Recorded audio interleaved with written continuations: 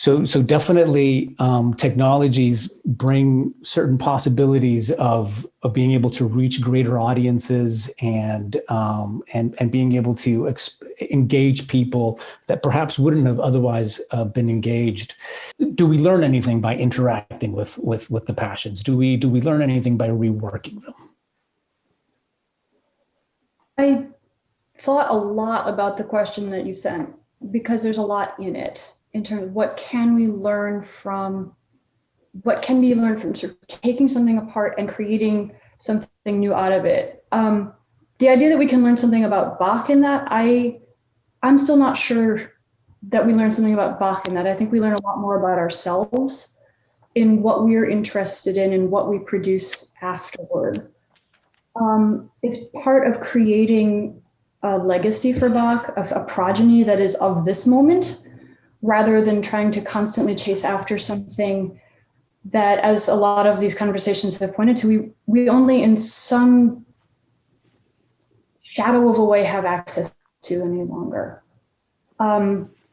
Before I sort of launch into this, I just wanted to say we've been talking about a lot of technologies and digital communities and the fate of this music. And one of the things that I'm observing as a conservatory instructor is that the in-person experience and the connection to music we feel so deeply about, to me, seems more precious than it ever has. And I'm actually getting a lot more interest from my students in really delving into complex things and difficult long pieces and discussions about performance in ways that maybe because we were so busy before on this constant treadmill of just sort of doing, either we didn't have time to do it or we didn't realize we missed it. But putting a pin in that and moving back to sort of reworking Bach, there have been, there's a long history of composers finding inspiration in this material. And part of it, I think, is the adventure, saying, well, how did he do this? And then trying to figure out, okay, he wanted to create this particular effect. How did he put that together? I don't think that we can't really learn much about the psyche, but we can learn about working methods, and we can learn about what elements Bach used to communicate with his audience. And that's actually what it comes down to, is historical context, knowing what kinds of pieces he used, what kinds of liturgical motivations there were. Like, we know what the Passions are about. There is no hidden meaning. There's nothing that we can't we know what that story is. We can discover the theology that informed Bach, and we can look at those pieces of information and say, what effect was he after? And then try to aim our performances toward broadcasting that. The dissection and the reuse that happens in sort of popular music, I'm only starting to explore because it's important to stay relevant, quite frankly, and it's important to know how most people are encountering Bach. I mean, it's extraordinary that the All of Bach series is getting millions of views. They're wonderful performances. I use them in my classes all the time. My students, having those available is invaluable. But there is a much larger segment of the society, perhaps, that is hearing Bach sampled and they don't even know it. The people who are creating the music, sort of taking the bass pattern, or taking the air on a G string, or taking the idea of fugue and using it as a stand-in for something learned in a Bachian sort of style. I mean, it's in dialogue with what Bach, in big quotation marks, is, and what that represents to musicians, whether they be R&B musicians or pop musicians or rap musicians or what have you. This music exists in the popular sphere in ways that really need exploration. And if you're looking for directions for where at least one avenue of kind of hidebound Bach scholarship can go, it's like, look at how much Bach there is in the world, really, that is not in a concert hall. And what does it mean to people? Why is it there, and what does it mean? What is it signifying? I am... Yeah, well... Yeah, I'm the least hip person that I can think of, quite frankly. But I find this social use of Bach and its signification to be really worth unpacking. And it will give us a way to, I think it gives a way for people to come in as well. It's a door. It's a doorway. It's like, if you liked this, let's talk about where it came from. Not in a way of saying this one's so much better. It's not even about that. It's about just knowledge. This stands in for a particular type of learned music. This stands in for a particular type of class. This stands in for a particular type of sophistication.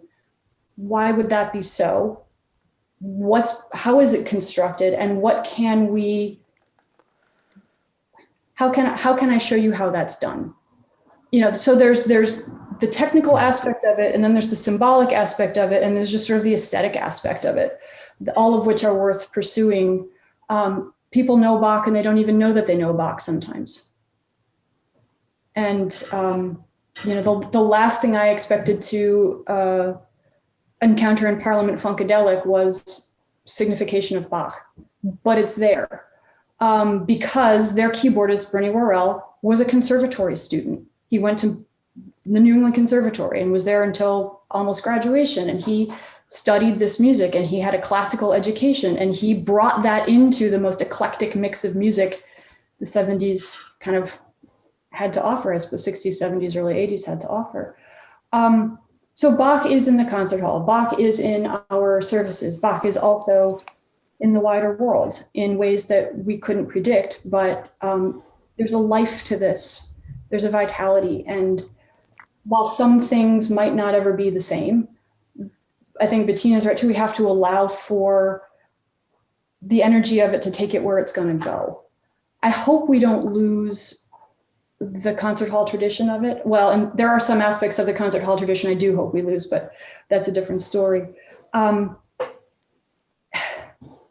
at any rate, I don't think taking apart Bach's music necessarily teaches us much about who he was. The entirety of it can teach us about what he knew, what he understood, and what he valued. But I have to stop there with that. And I talk to my students about that a lot. A lot of them are told particular mythologies or particular stories, or this piece is the latent content of this piece it's really about that. It's like, well, okay, that's a story you can tell, but saying any piece is about any one thing is actually really limiting.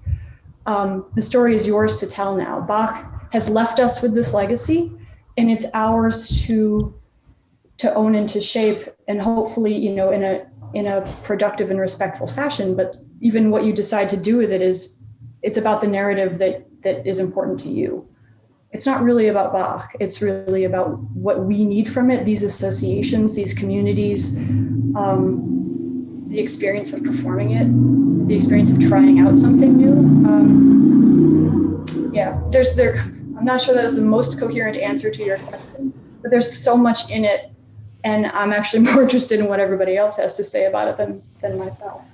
So. And actually, I'd like to ask Mr. Koopman to sort of refer to that in the sense that because it goes back to what we started, how we started in this conversation about the questions and the interpretations and the creative process behind a serious performance of Bach's Passions.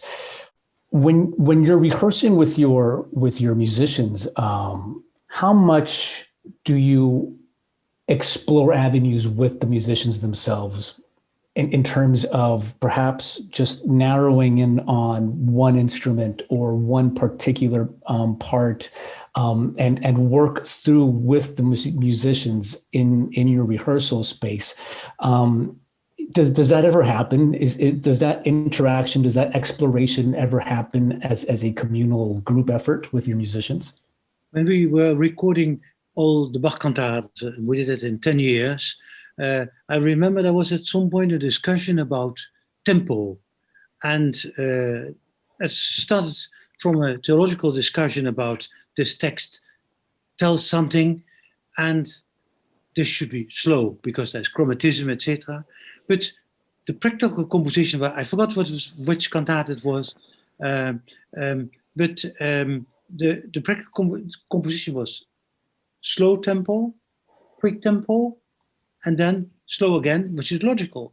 But when you have quick, slow, and then for the text it should be slow again, and that's it.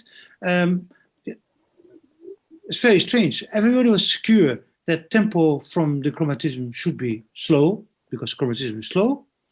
And I tried to convince them to say, because it was about the devil who is doing the most horrible things to us, I said, but a Christian is not afraid of the devil, because they know that finally the devil cannot do us any harm if God is not wanting that. But I didn't convince them. We decided to record the same piece in 2 different tempi. And then I asked them to judge with me. I mean, the situation in the Amsterdam Rock Orchestra Choir is at the end that people will follow me if I am distant and have a good reason, or for them not a good reason, they would follow me. But the discussion is there. And I think it's important when you perform music, when you do a recording of something, that you discuss together, that you all try to be on the same line. And it was interesting when people heard the same piece where the chromatism was slow again, and so I made a difference between slow and a little slower, which is a possibility. And then I felt the chromatism should be kind of allegro, moderato tempo. And so we recorded both things, and then we were all sitting together. And so I was wondering what is going to happen. And the first place you see that many people like to discuss, but at the end, music is so much in their head that at the end they will go for any good musical solution. The people who stayed distant and said, no, you're going to make a big mistake if you do it. But okay, we recorded it the way I thought it should be. The CD came out. At that point, I gave everybody always, for nothing, a copy of the CDs. And then I was not so certain how many people were really listening to the CDs. I think that all my colleagues will know that same story. And then the people who I still remembered who were against it, I went slowly to this cantata, and I said, and what did you think about this cantata? Beautiful piece. And what do you think of tempo? Yeah, right. I would have forgotten completely, and by listening neutral to the music, they agreed. And when you talk about, because that's, I think Jos was doing that in the beginning, when a piece of, like the Matthäus Passion, the Johannes Passion, is common music for all musicians. There's a kind of Baroque Esperanto where everybody comes from America up to Finland and Holland, and it doesn't matter where else. They would know what to do. It's always the job of the leader of the group to bring a conviction in the piece. Sometimes it's easy because everybody agrees the same. Sometimes people think tempo is wrong. Sometimes people think there should be something done with ornamentation, maybe with diminution, all kind of things. And I think there can be only one captain on the ship. But the best example I saw in my life was when was discovered this aria, Alles mit Gott and Niks ohne ihm. That's more or less the title, in Weimar. After the fire, being in the possession of somebody in the library who was collecting beautiful things, and realized at the last moment that you better bring things back if it's not yours. We were asked with 3 musicians to record it, and we didn't hear the recording of anybody. So it was John Elliott Gardner who got the first chance, I got the second, and Masaki Suzuki the third. The recording is quite different if you listen to it, because there's no tradition. And I think that's maybe sad, maybe happy as well, because so many people love music of Bach, but that experience is so rarely to be done, because we know the music, and the little details we can do to make a passion different, not because you want to do it different, but because you feel it different, are not so numerous as with a piece like that, where there's no idea. And that's definitely one of the most fascinating, beautiful things as a listener is For instance, just in the four conductors that are in this conversation, each one of your interpretations is different. Each one of your recordings is different. There is a personality, and there's an essence to each one that's separate. You would not be able to confuse them. They're not interchangeable. They each have their own life, their own essence, and that's one of the most fantastic things about the Passions and about the approach that you've described.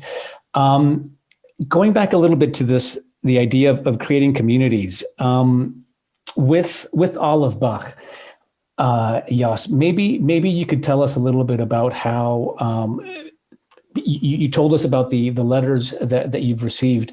In general, with the Passions being viewed so often, do you have any sense of, and going back a little bit to what John was mentioning about new audiences in the East and in other parts of the world, do you have that same sense of the Passions reaching new people? Any geographical sense of where they seem to be resonating more? Do you see any interesting patterns in the statistics that you might have through all of Bach? Well, we do have these statistics, but for example, something like 50,000 people are watching all of Bach in Canada, and we never have been in Canada. I have no idea what these people are, and I don't. As said before, I don't think they speak German, and so the only reason it grows is probably Bach's music, and maybe what we make out of it. It's interesting because when we started the project, we didn't think of recording it or stream having it stream available for the world. But that was the moment that the Bach Society, which is a very old ensemble, became 90 years old. And then my chairman, he asked me, Jos, can you invent a beautiful concert or festival to celebrate his 90th birthday? And then I said, no, let's not do it. Let's forget this 90th birthday. Let's make a project which lasts until our 100th birthday, which will be in 2022. And then our first thought was, we will say to ourselves, we will perform all Bach's music, not record it, not have it filmed or whatever, just play it. Because, you all will understand what I say now. We all perform more or less the same group of pieces, the Passions all the time, some of the cantatas, but there's so much musical Bach we never hear. Cembalo works, organ works, chamber music, and by putting ourselves the obligation to perform everything in 10 years' time, also the solo works for cembalo and the organ works, we were, so to say, obliging ourselves to perform all Bach's music, and we were happy about it. But then it became in an interesting phase, because,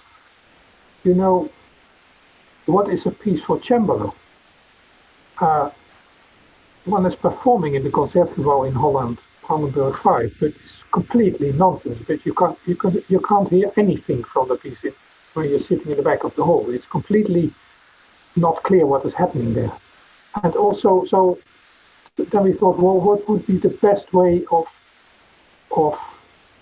hearing a beautiful piece for harpsichord? That would be sitting in a small room around the instruments, 10 people, and then you will be in fantastic contact with the music. It's the same for organ. Organ concertos in Holland, there's 50 or 60 people coming in the church, and they stare to the organ. They don't see anybody because it's hidden behind part of the instrument. But of course we say, well, when you record it, you can make the musician visible. And then we say, of course, cantatas should be always performed in churches. Of course, there's open air music. Let's perform it in open air. So we try to bring the music back more or less in the situation where it has functioned originally. But then we said, well, it should be free. It was a stupid idea because it's very expensive to project, but we said no money, no free. And we didn't want any commercials.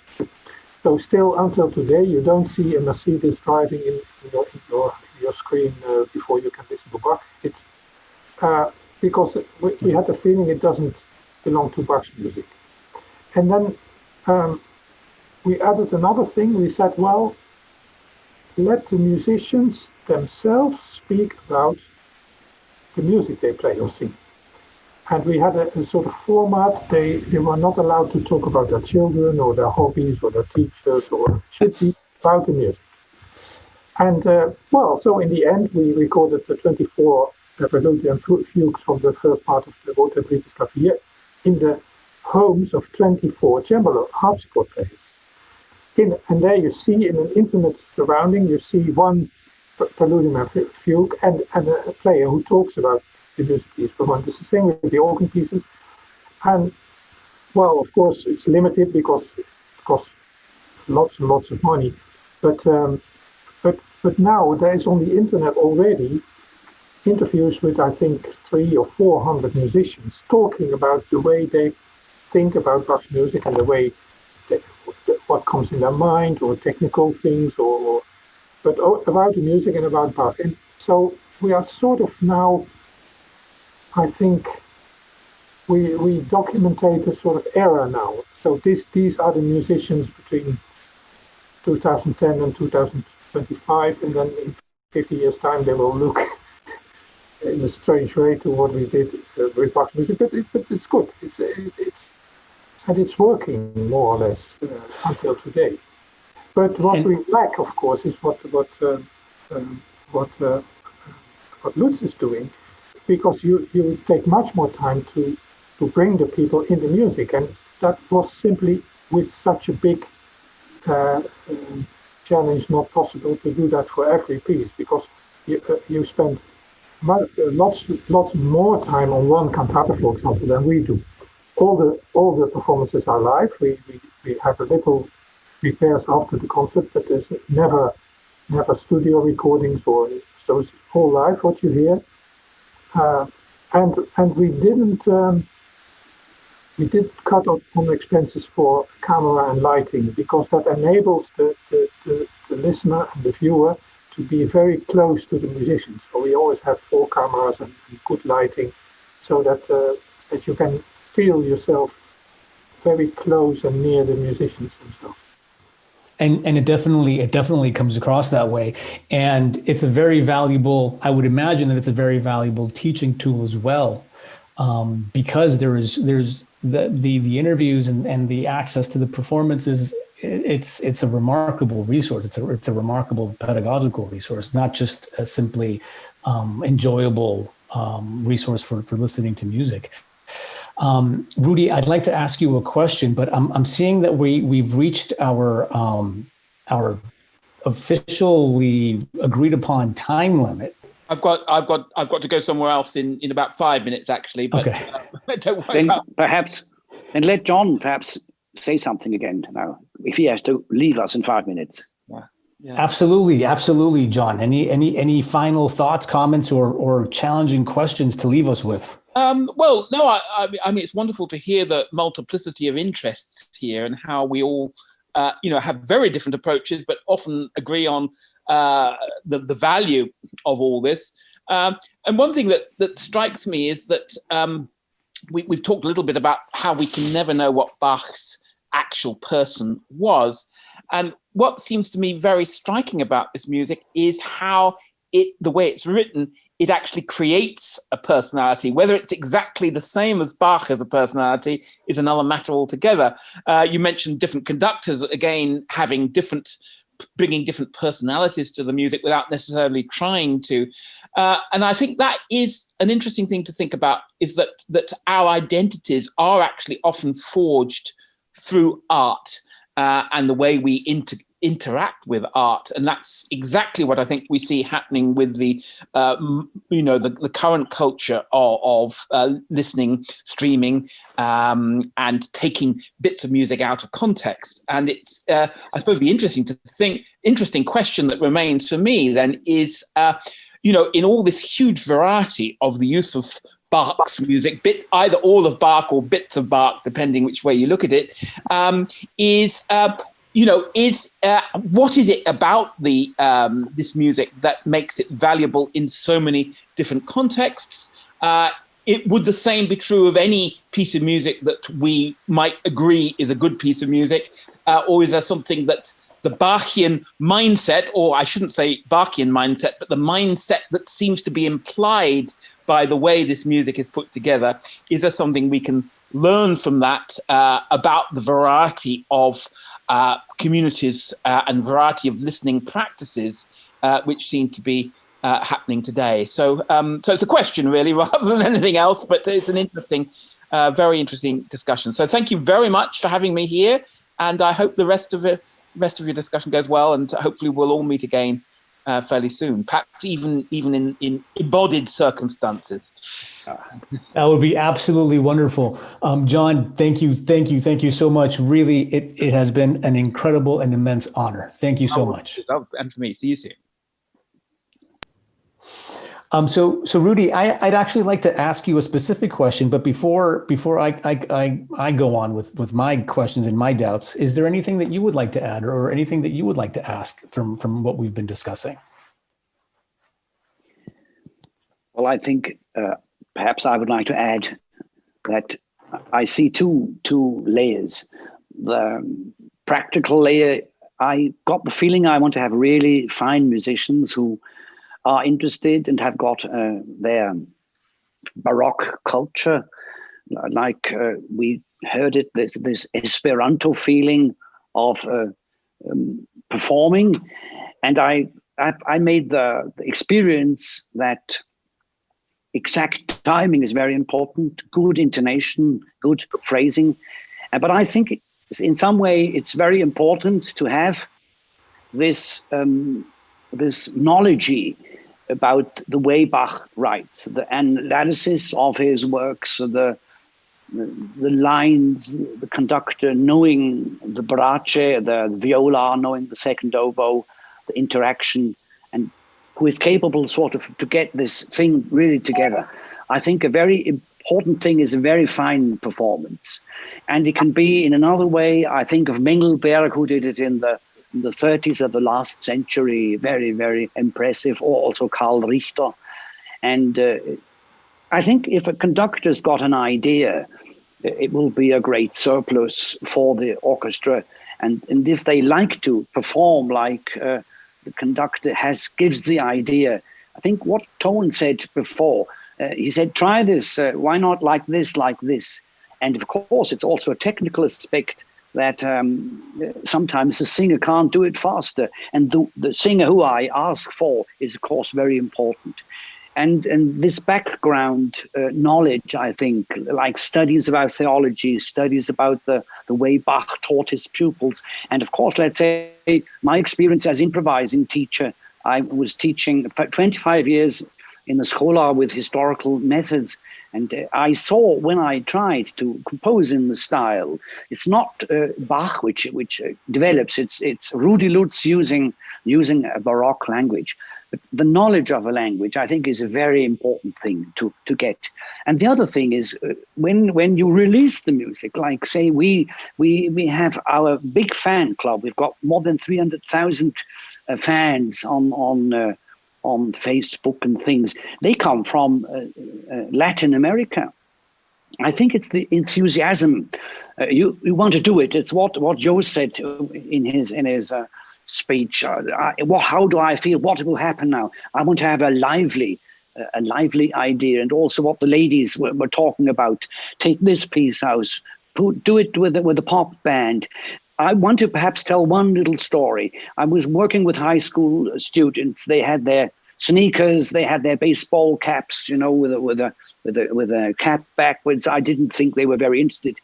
I just played them the Matthew Passion, the the first opening choir. And I said, please, you are the film director now, and you tell me what would you have as a scene. I remember, boy, he looked so bored. And then he was quite fascinated about the idea. And he said, you know, I see Auschwitz here, the cartloads of corpses.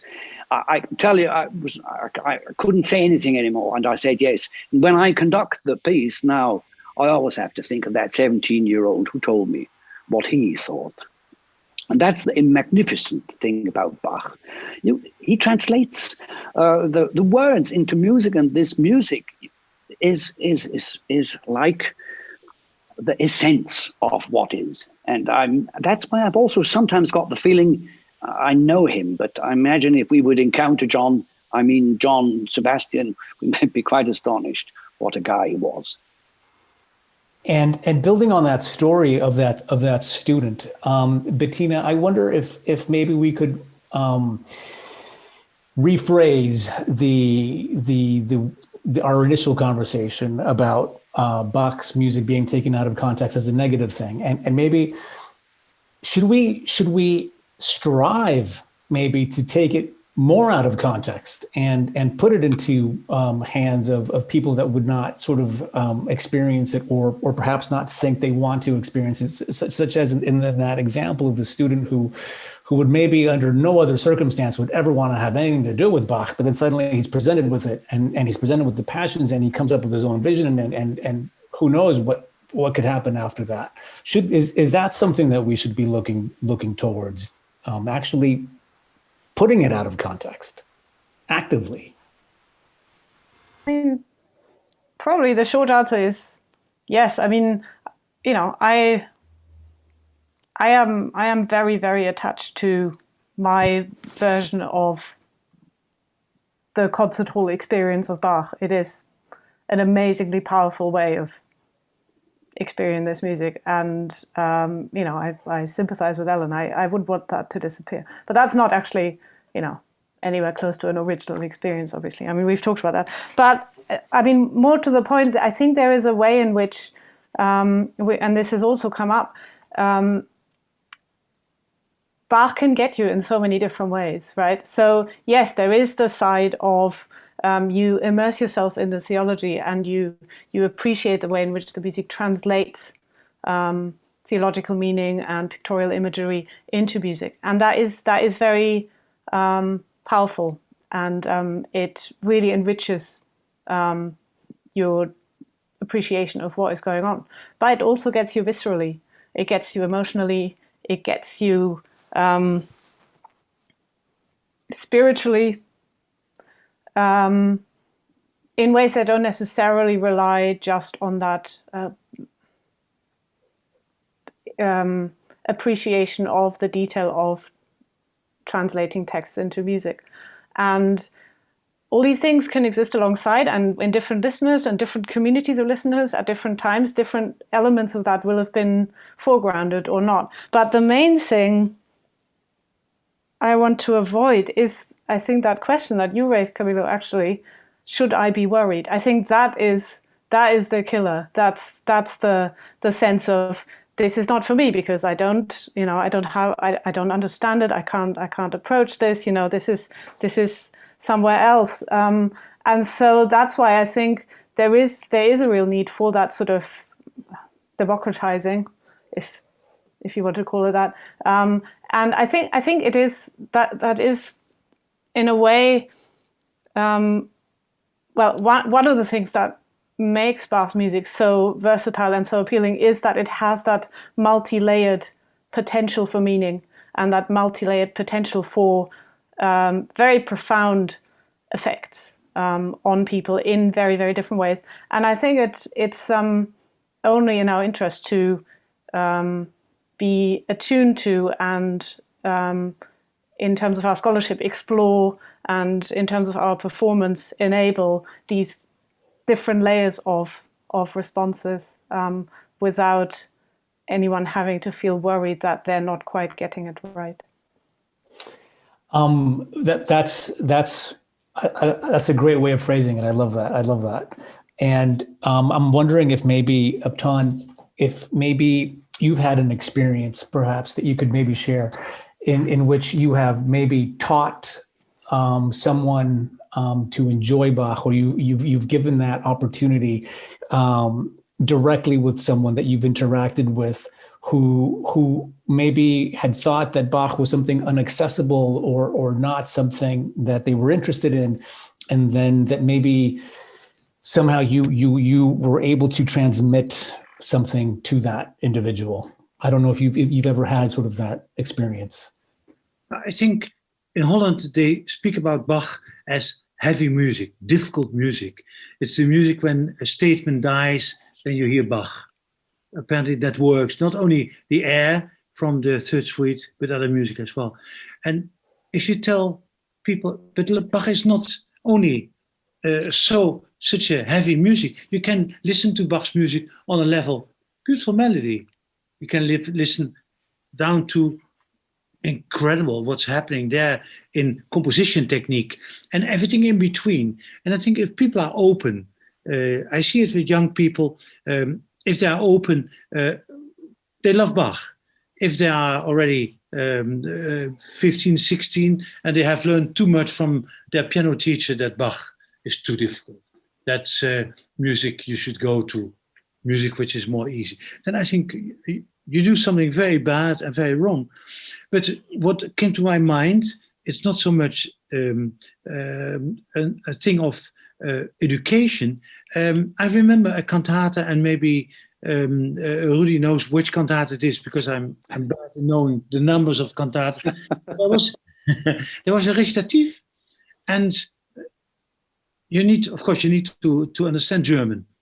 But the recitative was saying, dear believer, you never know when the coffin will be placed in front of your door.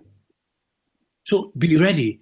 And I mean, I felt, and everybody who heard that recitative, they all felt, oh my God, it was so strong, so eloquently done by Bach, that I think if you are open, you would go for that.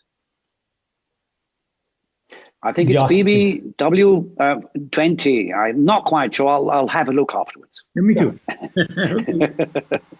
Jos, you wanted to add something to that? I want to add something to what Son was saying. I think also to reach younger people, it's just also a question. I think you were speaking about it as well. To be inventive. I remember that we developed. At that time, it was called a CD-ROM to use in schools, in elementary schools. And that was a CD-ROM about the Matthew Passion, the Passions, also St. John's Passion. And what we did, we invented all kinds of little games using Bach's material. I give you two simple examples. For example, from St. John's Passion, this little chorus, Herr bin ich's. We recorded all the individual parts, and then we cut just the little figures, Herr bin ich's. And the children could put with their mouse, they could then put them in a different order.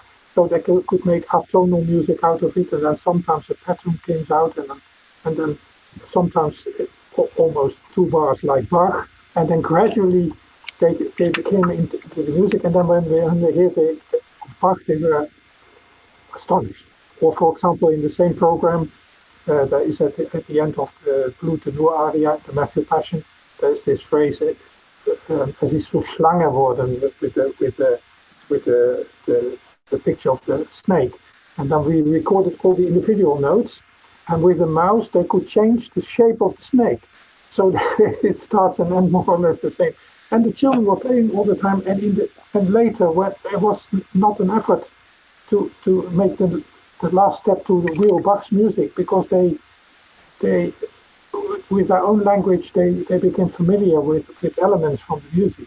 And I think that kind of inventivity don't start immediately with the whole thing, but take out what has been said by many people, take out elements and also sometimes I think, you're young, you're listening to pop music and jazz and whatever music, and then you're in your 30s and 40s and you go to André Rieu and enjoy music, and then you're 50 and then suddenly you hear for for the first seriously Bach, and you think, well, that is intriguing. And then maybe it's also a matter of education in your lifetime. You can't expect 16-year-old children to be adult Bach lovers.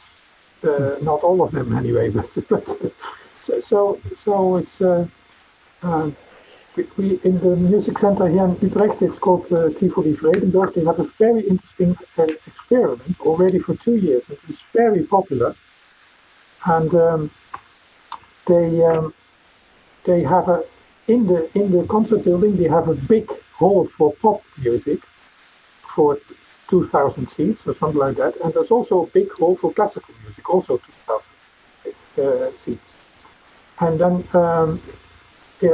sometimes they invite the pop audience into the classical hall, and they ask the orchestra or the choir orchestra or whatever is in to communicate and to talk about what they're doing with this pop audience. Well, the culture is completely different because they drink beer during the concert. They in their drinks like they do in their own concerts.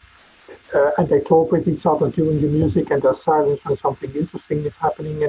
And actually, it's interesting what happens there, because they are interested, but in a sort, they have to discover what's going on. They have to learn in a way also, without calling it learning all the time. But I think Absolutely. You have to be inventive in order to reach something. I'm not that negative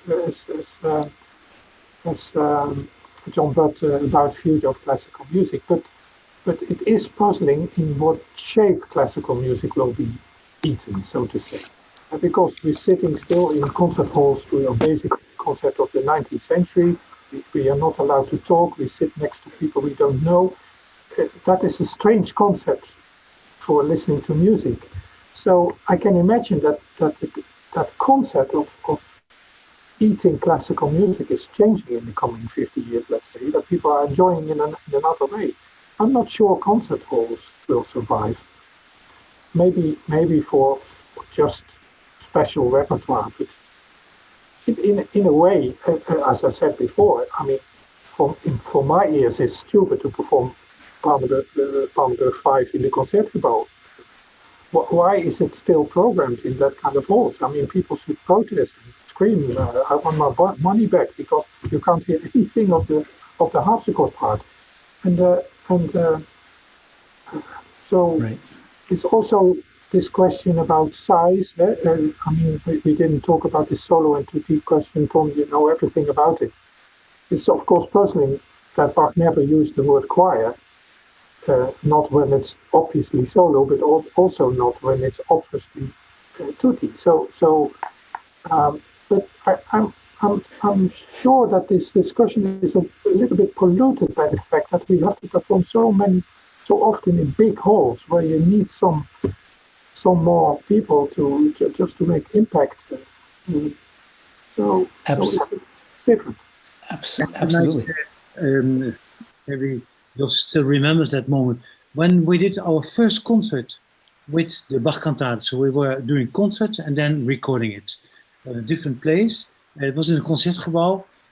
On the same moment, there was some of the Dutch critics who said Koopman with his too small orchestra and choir. And at the same time, there was Rifkin who said Koopman with his huge orchestra and choir. Well, I tell you a hilarious story. It's all in the eye of the beholder.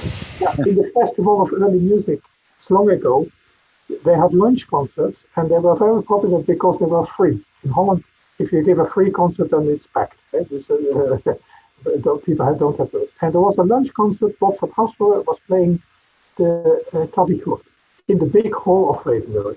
And I swear you couldn't hear anything. I was in the hall there.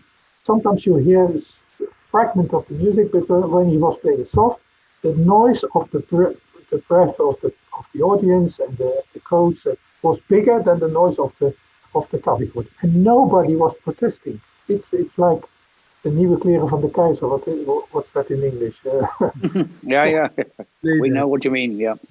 But I mean, people are sitting there like, well, we are allowed not to speak, and we accept that we don't hear anything, which is nonsense if you go to a concert, of course. But it's Absolutely. we have a lot of conventions in our listening to music, to classical music.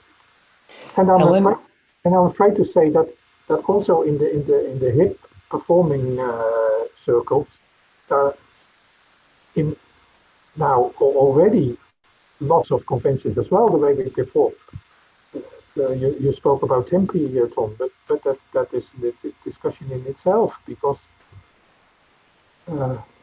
we are habits to do some music fast and other music slow, and it seems not to change, and we are ignoring sometimes historical information. Now, I mean, it's interesting.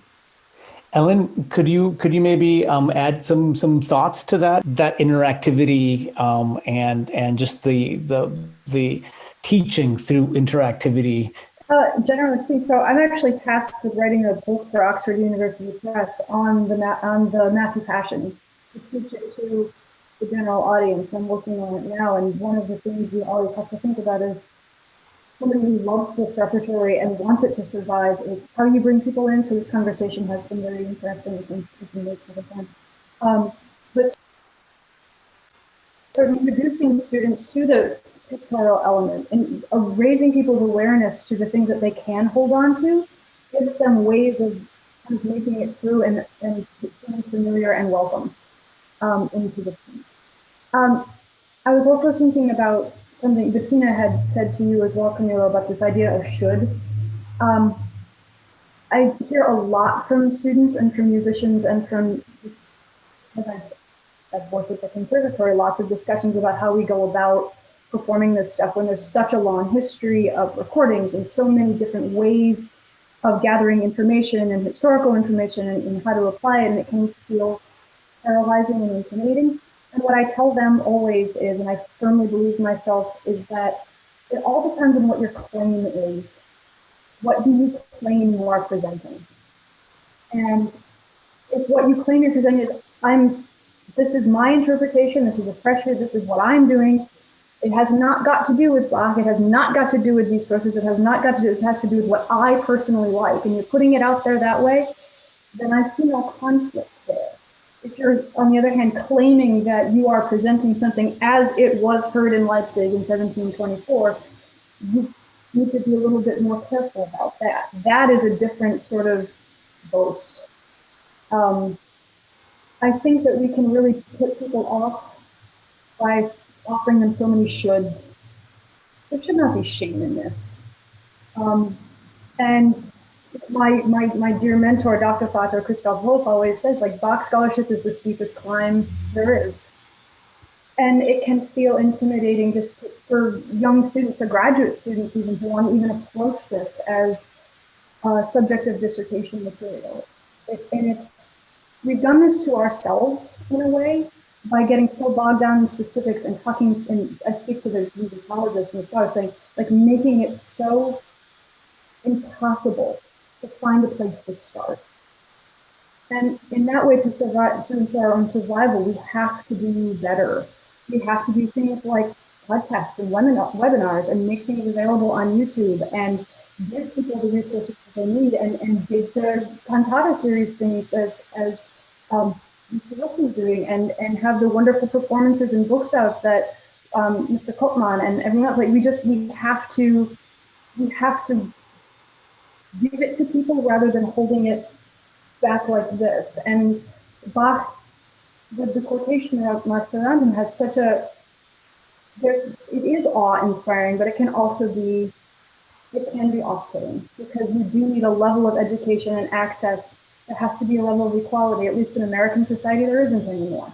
And we have to be very, very careful about what Bach stands for in order for it not to die as a relic of the patriarchy, of things, of a culture that can't survive in its current incarnation. Like, we're, in America particularly, we're at a big reckoning point, and we're looking very carefully at all of the things that have kept people away and that we've kept away from them. We've kept it away from them somehow, inadvertently. It's like, God fix it.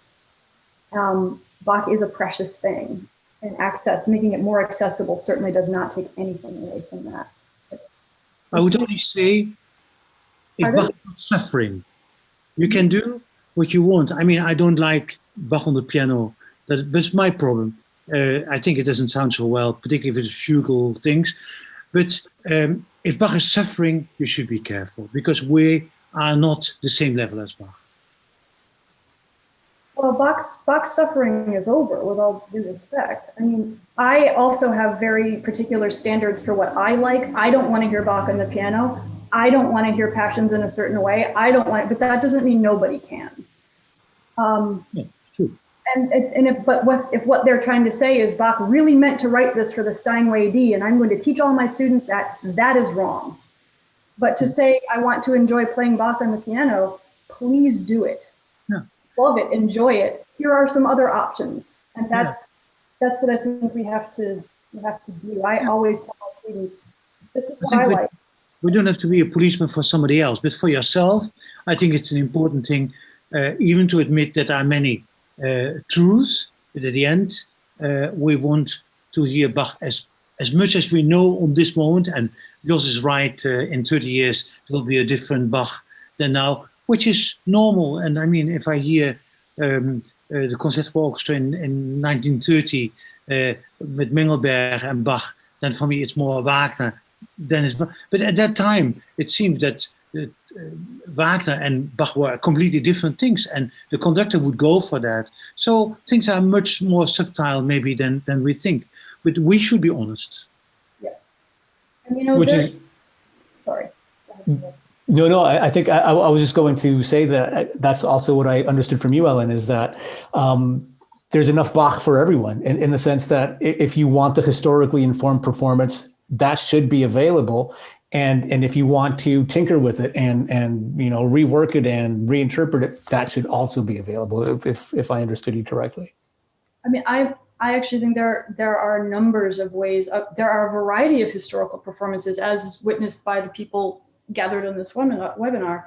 I think it's we don't want to tip into the sort of post-truth society stuff by saying there's nothing we can know. That isn't true. There's plenty we can know, but being honest about what we don't know is also good. And also thinking that, I don't want to actually hear Mengelberg do the Passions that much. Like, I don't, but that's my personal taste. However, that is a historical document, and it's interesting, and there are beautiful things in it. It's not my Bach, but it was the Bach of that time for a particular reason, for a particular audience. And it's like, I think that's worth talking about too. Passions and you have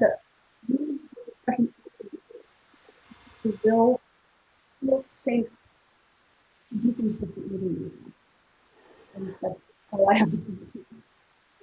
We kind of lost you. The audio, we kind of lost the audio right in that last part, right in your conclusion. I want people to feel safe to do things in ways different from what we have done. Based on a knowledge, though. Like, I don't want to throw out the knowledge. I don't want to throw out the scholarship. I love it. It's just, we just have to be honest about what we're doing, leave the door open, and invite people to our table. That's all. Yeah. And perhaps Rudy, perhaps you could give us some closing thoughts with this last bit of the conversation in terms of the historically informed performance and other interpretations and other performances. You're of course known for your talent with improvisation. You teach improvisation. I think adapting and reworking and reimagining is very much a part of from what I've seen on your presence on the internet. That's very much a part of who you are. Could you maybe give us some closing thoughts regarding all of this? My experience with a lot of sort of attacks, how you go to play Bach, is always sort of interesting. That I've got the feeling, if you do it this way, something else from the music comes out. And we mentioned Mengelberg. He brings out an energy out of the pieces of the Matthew Passion. I remember the moment when he did Dieser war ganz Gottes Sohn, when the Hauptmann sees what happened, he does this in an incredible slow motion, and something else comes out. And if you take a hard attack about it, then the music develops that. If you change the tempo, something else comes out. And I think this is, for me, just the proof that Bach is an incredible composer. You can do it this way and that way. And I remember a very nice little story. I think it was César Franck. He had was working with his students, the violin sonata. And if you look at the tempo marks he put on there, the second movement was about 120, and I remember it was about quite the moderato, allegro moderato, and then Isai came and played it incredibly quickly, like you did it. And César Franck said, "Whoa, gosh, isn't that a lovely way to play it? Why not like that? Why not like that?" And that's what I think is great art, great musical art. You can play it in this way. You can even play it with a synthesizer or with a band. And you can do it with a small choir, with a big choir, like Tone said, a huge choir, like Rifkin said, and another one, what a small choir. That fascinates me with this phenomenon Bach. Thank you so much, Rudy. Thank you so much, everyone. This has been such a remarkable conversation to be able to listen to. We really feel very privileged to have been able to have your time for these 2 hours plus of you sharing all of your knowledge, your experience, your perspectives. Thank you so very much. Fiona, is there anything that you'd like to add as we say goodbye to these fantastic people? Yes, absolutely. So as the non-musician but technologist in the room, I'm totally inspired by the things that we've discussed this evening. I have so many ideas buzzing around in my head about how we could possibly take this great work or these great works and bring technology to bear to explore and elaborate and unpick layers of education within this oeuvre. So thank you for being so very, very generous with your time. It's so much appreciated. Yeah, really grateful for you taking the time. Thank you. With great pleasure. Thank you all. Bye-bye. Bye-bye. Thank you very much. Thank you. Thank you so much. Bye-bye. Welcome. Bye-bye. Dag.